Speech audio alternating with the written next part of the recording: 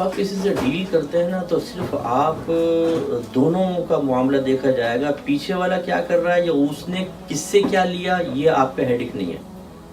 اگر ایسا ہی ہو تو پھر آپ کسی کے امپلائی ہوں تو پھر آپ کمپنی سے پوچھیں کہاں سے لا رہے ہو پیسہ، سیلری کہاں سے دے رہے ہو مجھے۔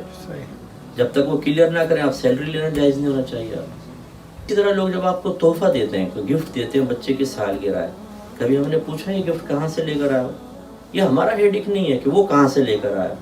تحفہ لینا شرعاً جائز ہے۔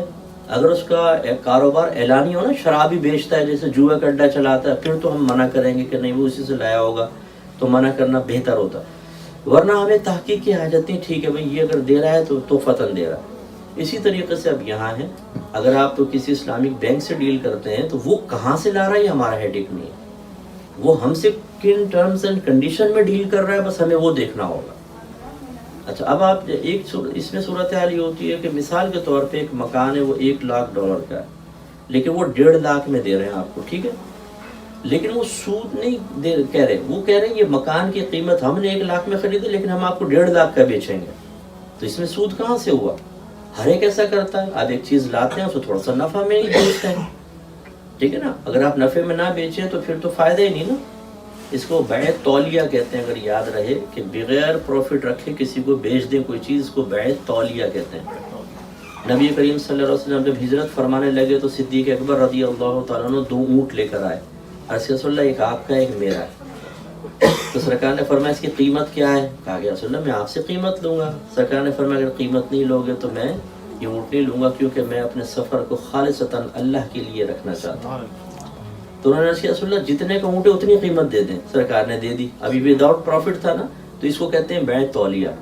اگر بینک یہ بیع تولیہ کرنا شروع کر دے تو بینک تو چل گیا۔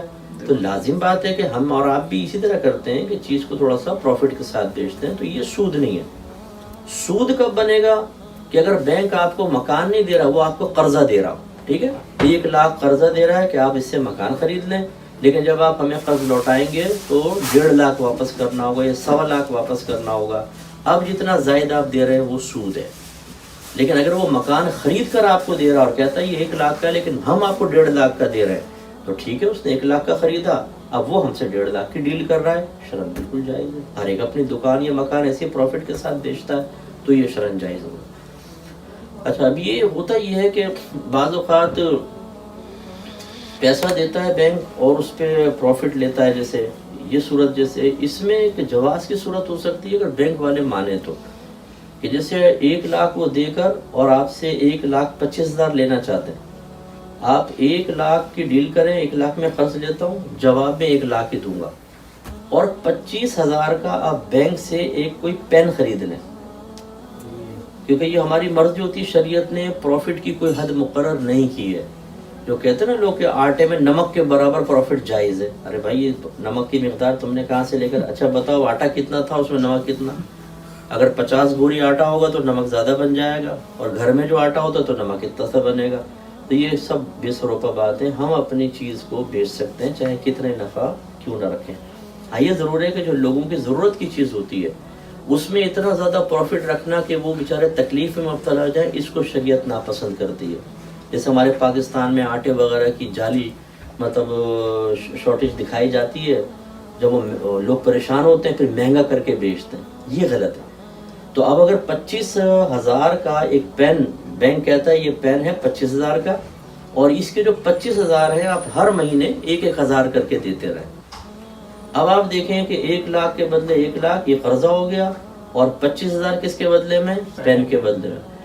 بینک تک تو 1,25,000 پہنچ رہا ہے نا، اسے تو اتنا ہی چاہیے تھا، صرف ایک تھوڑا سا طریقہ بدل لے تو یہ ہو جائے۔ کوئی آپ ہی مشورہ دے دیں کسی انگریز بینک کو کہ بھائی تم ایسا کر لو، مسلمان تم سے اچھا خاصا لے لیں گے۔